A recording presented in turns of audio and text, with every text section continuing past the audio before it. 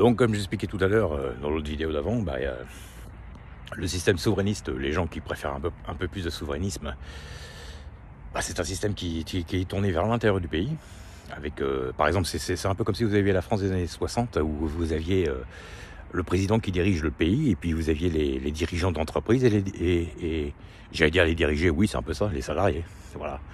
La gauche, la droite, voilà, c'est un pays comme ça, où c'était la vision qu'on avait à l'époque. Après, évidemment, il y avait peut-être une partie cachée qu'on n'avait pas connaissance vraiment. Bon, ça a toujours un peu existé, de toute façon, ça a toujours été un peu mondialisé, de toute façon, ça a commencé depuis...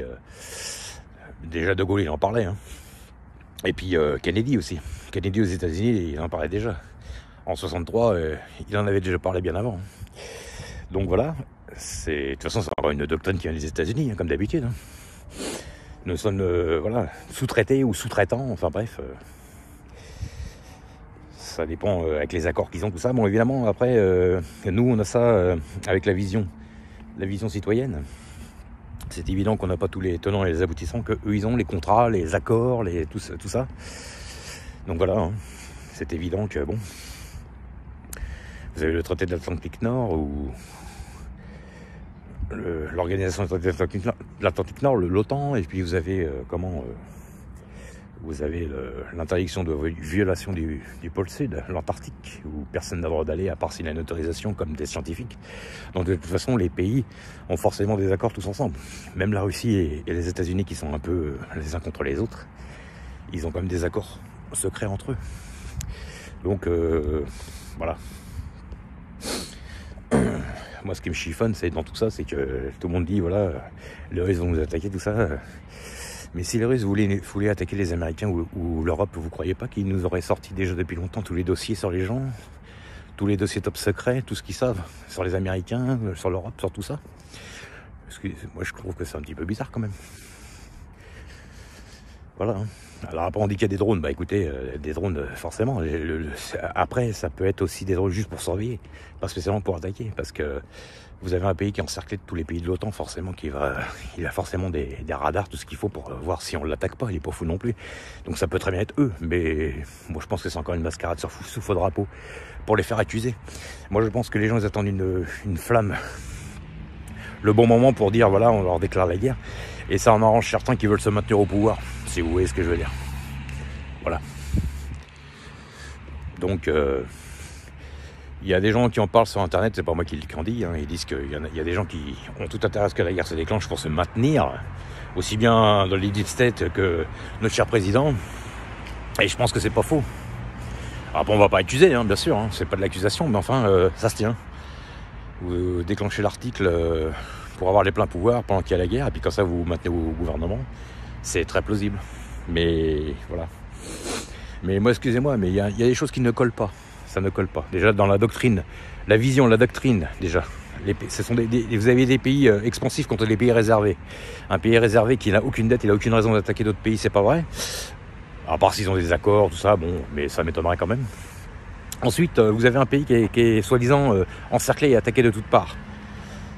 Si vous voulez vraiment se défendre ou attaquer tout le monde ou balancer des missiles, tout ça, vous croyez pas qu'avant, il balancerait tout ce qu'il peut savoir sur les pays, tous les dossiers cachés, tous les dossiers top secrets, toutes les casseroles de tout le monde. Il y a quand même quelque chose qui tient pas, je sais pas moi.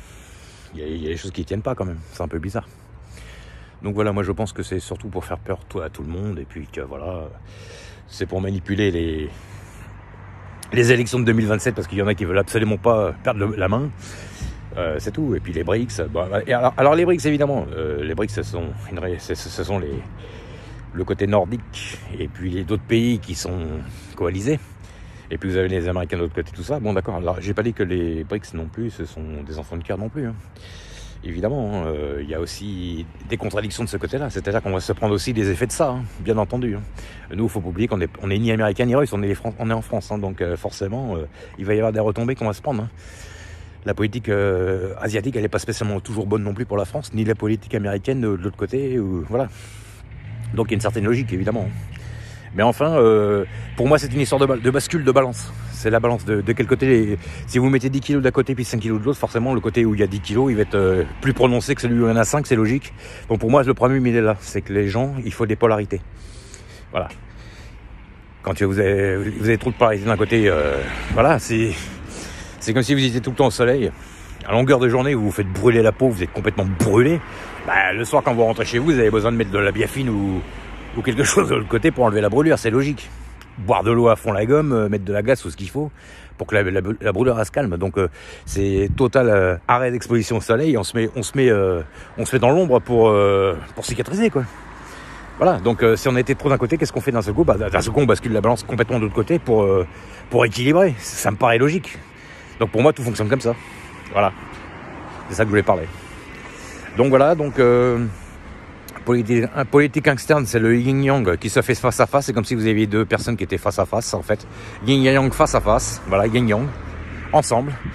Et vous avez yin-yang aussi, mais je le vois plus détaché en deux parties. C'est-à-dire gauche-droite, pour moi, je le vois comme ça. Et ils sont aussi à l'équilibre. Mais eux, ils sont équilibrés, mais pour la politique extérieure. Voilà. Le mondialisme, et le mondialisme, et les mondialismes, et les mondialismes. C'est comme ça que je le vois. Allez, ciao les gens.